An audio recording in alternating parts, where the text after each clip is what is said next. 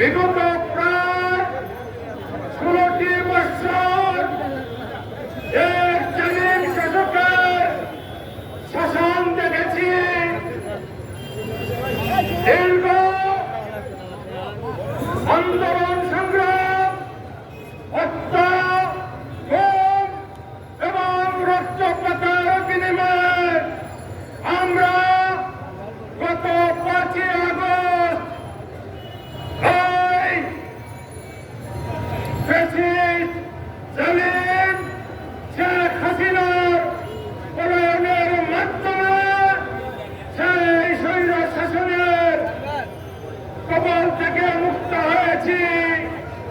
প্রিয় সিলেটবাসী, এই দীর্ঘ পথ চলায় আমরা ইতিমধ্যে আমাদের অনেক সহযোদ্ধাকে হারিয়েছি।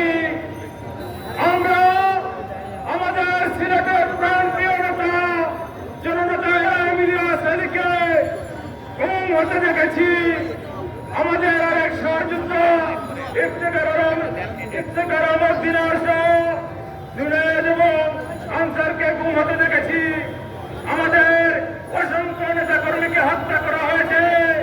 সেই জুলুম নির্যাতন ছিল আমাদের নিত্যদিনের দায়িত্ব।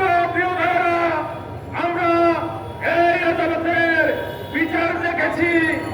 আমরা এই জালিম শাসকের বিচার ব্যবস্থাকে দেখেছি।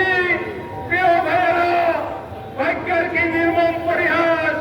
আপনারা দেশকে দেখেন, এই জালিম সরকারের শীর্ষ থেকে সর্বনিম্ন পর্যায়ের কোন নেতা কর্মী আজকে বাংলার মাটিতে কোথাও তাদেরকে খুঁজে পাওয়া যাচ্ছে না।